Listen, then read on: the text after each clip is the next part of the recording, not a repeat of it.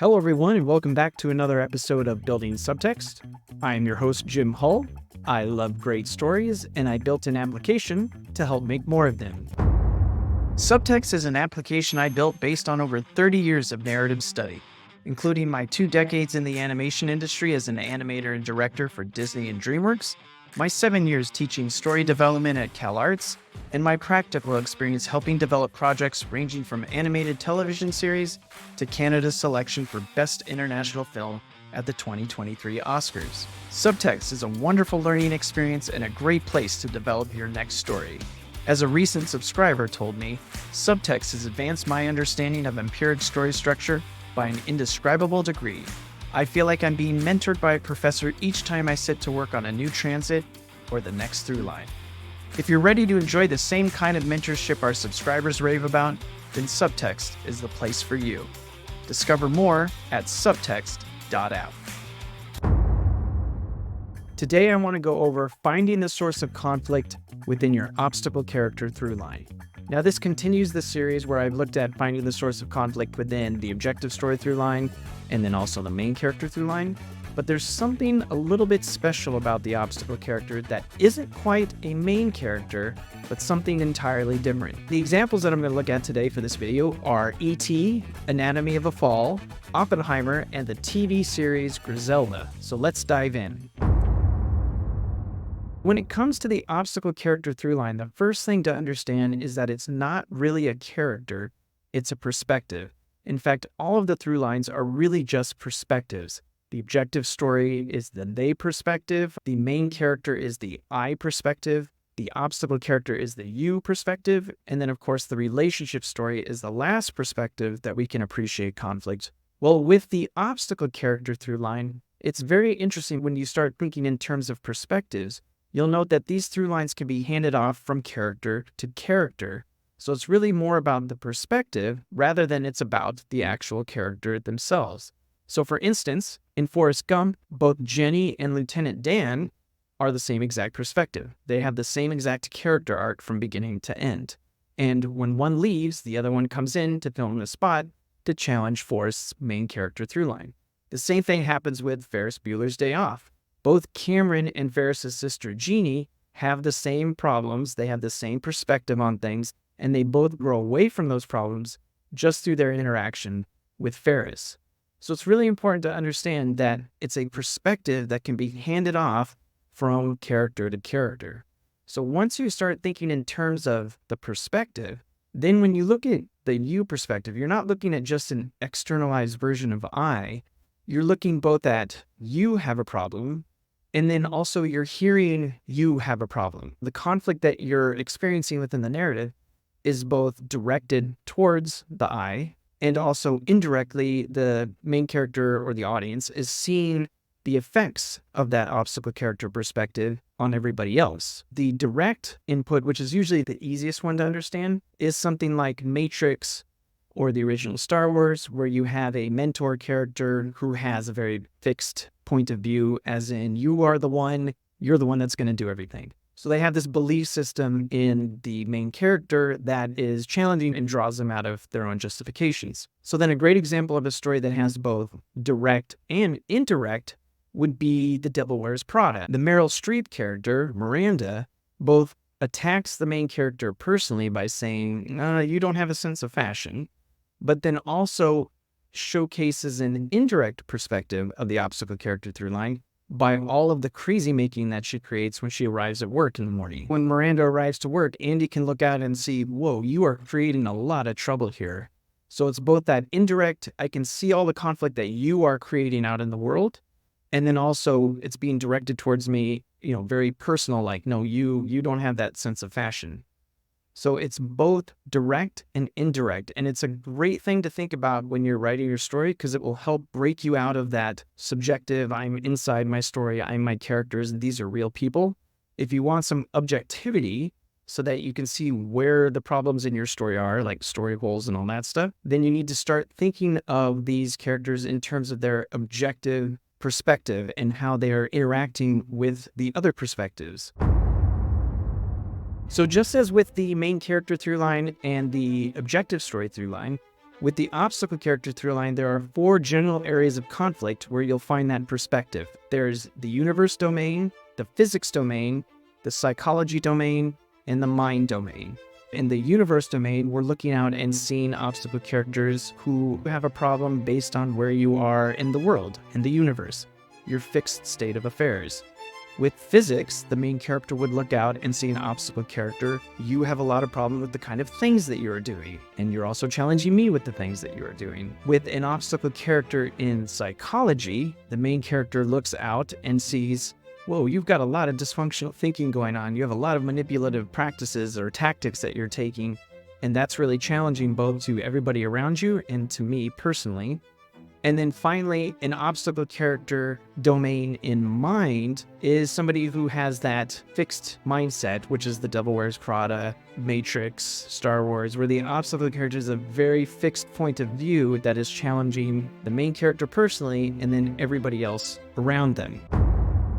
A really interesting relationship exists, and this is a very important thing to understand, between that main character perspective and the obstacle character perspective. And the idea is that the model that is the subtext narrative framework is one that is modeling self-awareness.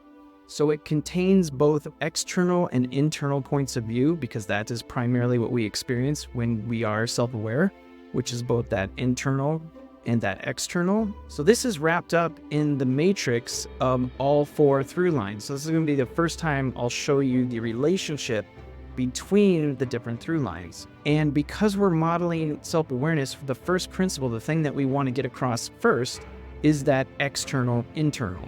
So you'll notice no matter which way that I manipulate the main character or the obstacle character through line, they will always stay in balance, where one of them will be in the external domains, which would be these top 2 domains of universe or physics, and then the other one will balance that out by falling into one of the internal domains of either psychology or mind.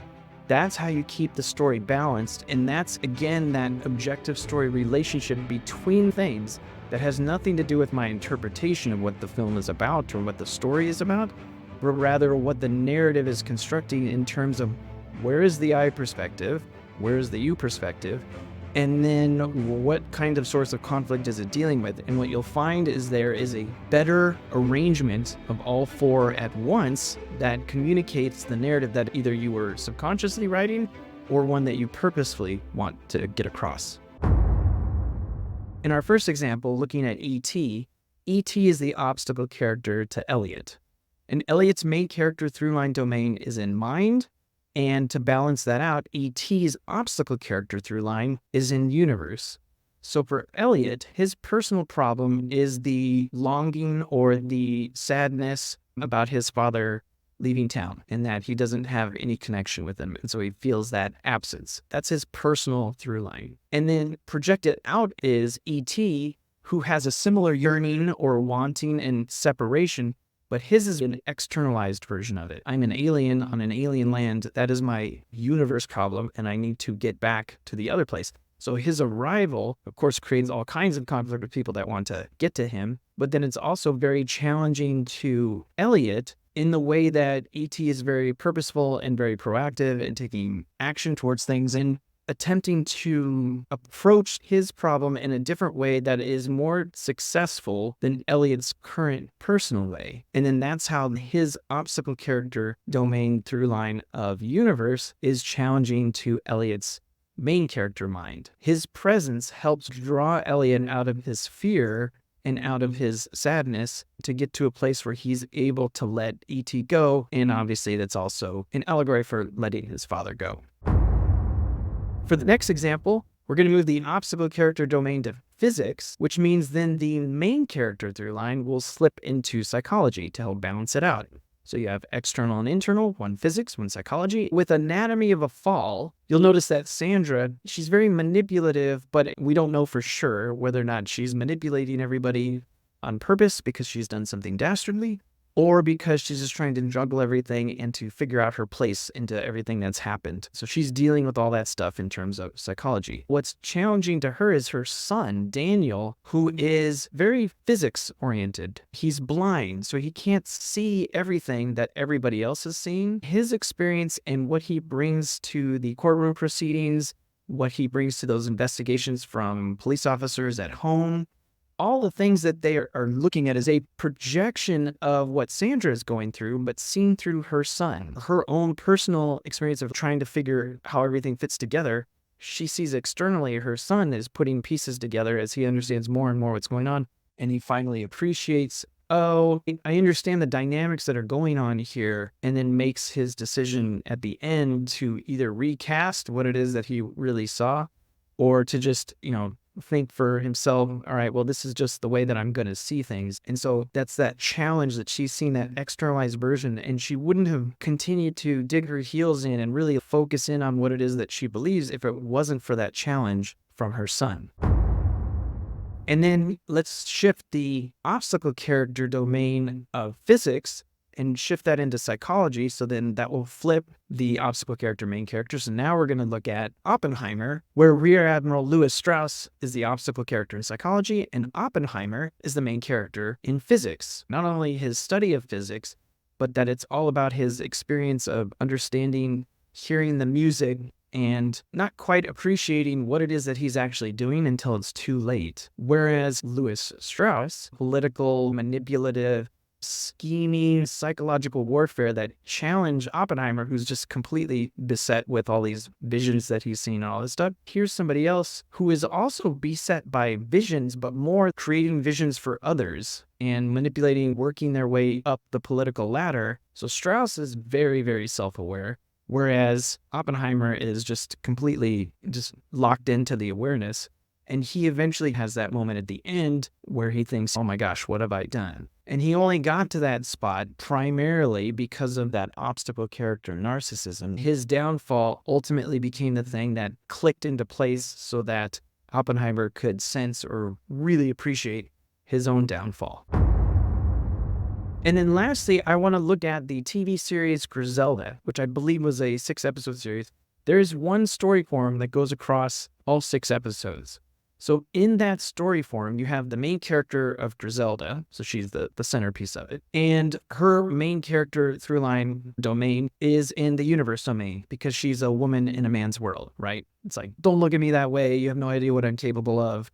It's classic fish out on water. That's the main character throughline in universe. To balance that out, then she needs an obstacle character who has either a very fixated point of view or a belief system, whether they believe in him or they believe she's doing the wrong thing. That is that challenged her. That will balance her out in the same way that we've seen all the other obstacle characters balance out their main characters. What's really interesting in Griselda, not to give anything away, is there is a handoff from Dario, her husband, to Rivi, Jorge Ayala Rivera, who is the obstacle character who takes over after Dario's development as a character. Both of them have very fixed points of view. Dario is like, you should not be doing this. This is going to get us into trouble. He still believes in her, and he's still her champion, which only encourages her. Griselda is on a track that her husband's belief in her only furthers that development, only furthers that growth. His loyalty towards her only encourages her to do more of what it is that she does. His fear of what might happen to them only increases her own sense of paranoia and the strategic thinking that she's going through in order to navigate this entire world of drug cartels. So that's one half of it. And then the other half is Rivi knows the consequences, but has this position when it comes to retribution and violence, again, only encourages Griselda to move out of that, oh, I'm just a woman in a man's world, to basically take her place in the whole scheme of things. Both are challenges to somebody who's trying to figure out where they fit in with the world, because they can see somebody who is very confident and believes in their value system and knows who they are. It's not a question when it comes to Dario or Rivi. They're very confident in who they are. And that confidence and belief system is what eventually drives Griselda to believe in herself no matter what. So that's it for this brief discussion of finding the source of conflict in your obstacle character throughline. You'll notice that it gets more complex the further we dive into how all these things relate to one another. It's really easy just to talk about the objective story on its own, and it's really easy to talk about the main character on its own. It becomes a little bit more complicated when you look at the main character through line in relationship to the objective story through line. But then now let's throw in a third one, which is the relationship between the main character and the obstacle character. And you find out that you can't just look at them in isolation, because when you look at them in isolation, you don't have the context of the other perspectives, then you're bound to say everything means everything. It's the relationship between the through lines that actually gives the narrative meaning. That's why this framework exists. It's a very purposeful framework that is based on a model of self-awareness that is comparing internal perspectives to external perspectives and really focusing on where that source of self-awareness comes from. So thank you so much for watching. If you have any questions about any of this, please leave them down below. Otherwise, I'll see you next time.